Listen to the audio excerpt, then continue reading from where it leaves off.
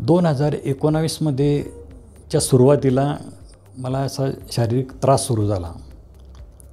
भुसावळ, जळगाव, औरंगाबाद या ठिकाणी मी बराच मेडिकल खर्च केलात, ट्रीटमेंट केल्या, टेस्ट केल्यात, पण मला कोणत्याही गोष्टीचा फरक पडत नव्हता.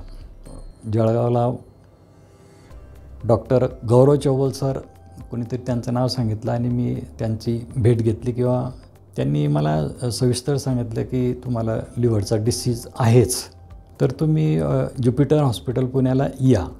ज्यावेळेस आम्ही यांच्या टीमसमोर बसलो, गौरव सर, पवन सर, तेव्हा एक असं वेगळीच अनुभूती आली की काहीतरी आपण एखाद्या परफेक्ट ठिकाणी आलो.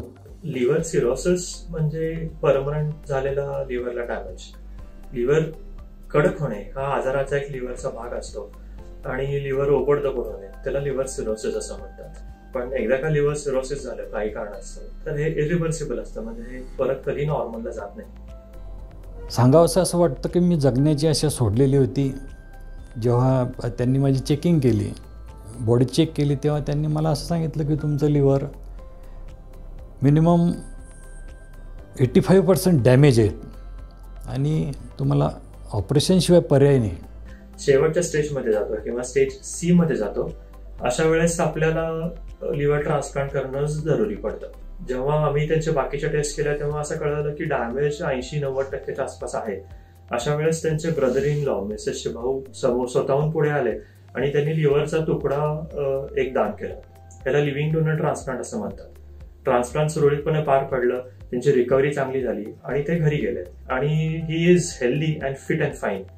ते सगळ्या लिव्हर सिरोसिसच्या पेशंटला आजार कसा असतो आणि ट्रान्सप्लांट कसं होतं ह्याच्याबद्दल माहिती देत असतात.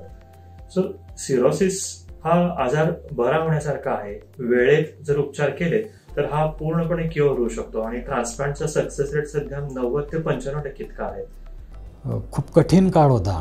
जगतो का नाही आपण शक्यता फार कमी होती. माझ्या घरच्यांनी सुद्धा आशा सोडलेली होती, मी तर सोडलेलीच होती की आता आपण फार कमी दिवसाचं सोबती आहेत.